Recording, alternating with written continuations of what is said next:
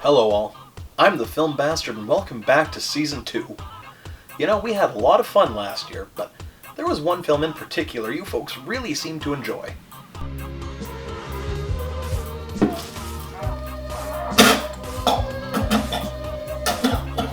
Well, that too, but no. I of course meant Problem Child. And why wouldn't you? Nostalgia is a big-ticket item these days, and it appears that I'm not the only one who remembers watching these VHS tapes to the point of degradation.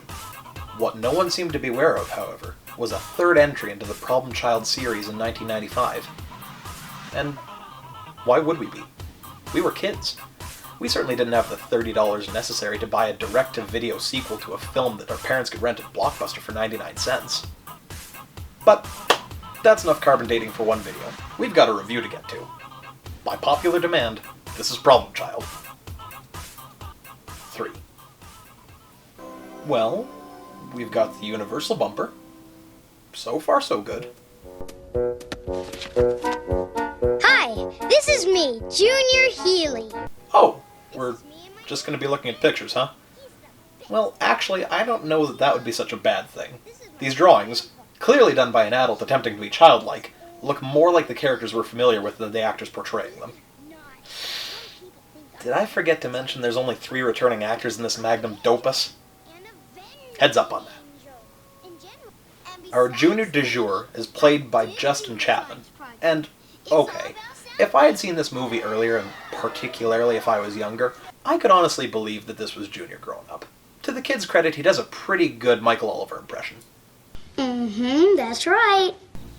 Oh, and here's the first of our recurring characters, Murph. Well, I guess the producers realized Eric Edwards wasn't going to be too busy to turn this one down.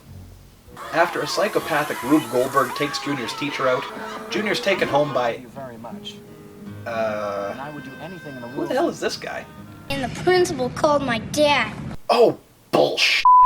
The greatest American hero was supposed to be Ben Healy? I mean, I know John Ritter was busy doing non-problem child things, but are you really trying to tell me that William Catt was the clear number 2? I don't know, next you're going to tell me that Gilbert Gottfried reappears as a wacky dentist. Bye-bye, Billy, and remember, brush 3 times a day. Oh, fuck off. From civil servant to elementary school principal to a dentist. You know we're still in Mortville, right? The same setting as Problem Child 2? Either Peabody's complete ineptitude has gotten him fired from literally every job he's ever held, or he's a dedicated professional student. But either way, he can go to hell. Look at the funny Mr. Clowny! I hate clowns! And I'm sure they hate you too, kid! You know what? I take it all back. You've gone from one of the most irritating things about these movies to its saving grace. Continue being awesome, sir. You know, I'll even forgive that Peabody and Ben don't interact meaningfully here because clearly, this man is not Ben Healy. A child psychologist recommends that Junior engage in activities with other kids, which leads him to join Cotillion, which is being taught by the Crypt Keeper, who you'll immediately recognize as that old lady in literally any film featuring an old lady. The dance class also features, I kid you not, Eric Edwards pulling double duty as Murph's sister.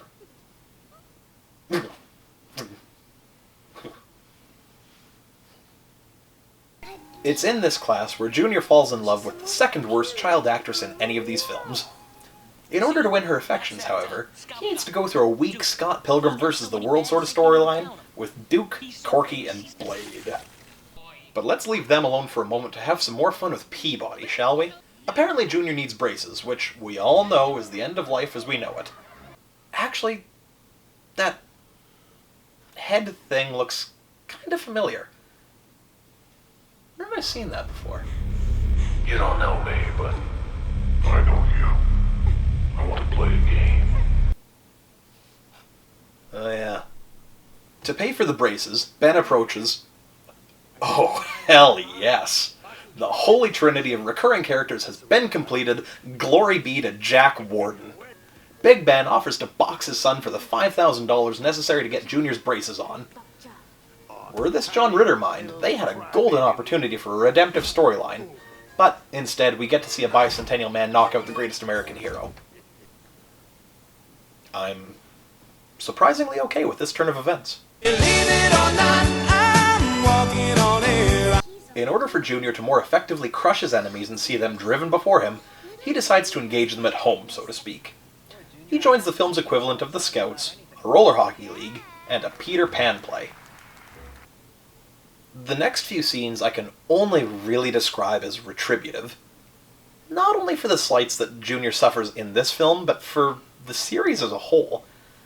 You remember in the first movie how the camera always had a really pesky habit of cutting away from the child-on-child violence? Check this out.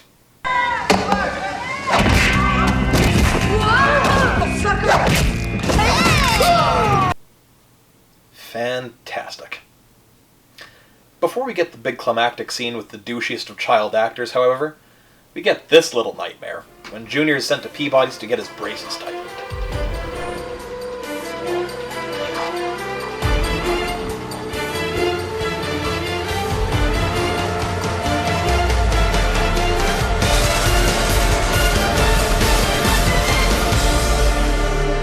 The Super Scouts challenge Ben and Junior to an obstacle course, the prize for which will be the little girl for Junior and the child psychologist for Ben.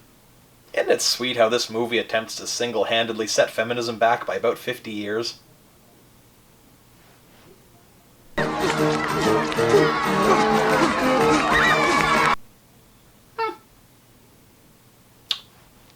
Sorry. I'm above that joke.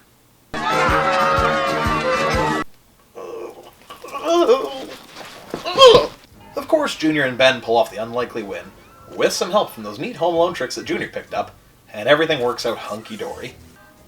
At the Cotillion Dance, Junior finally gets to know the little girl, and it turns out she's kind of a bitch.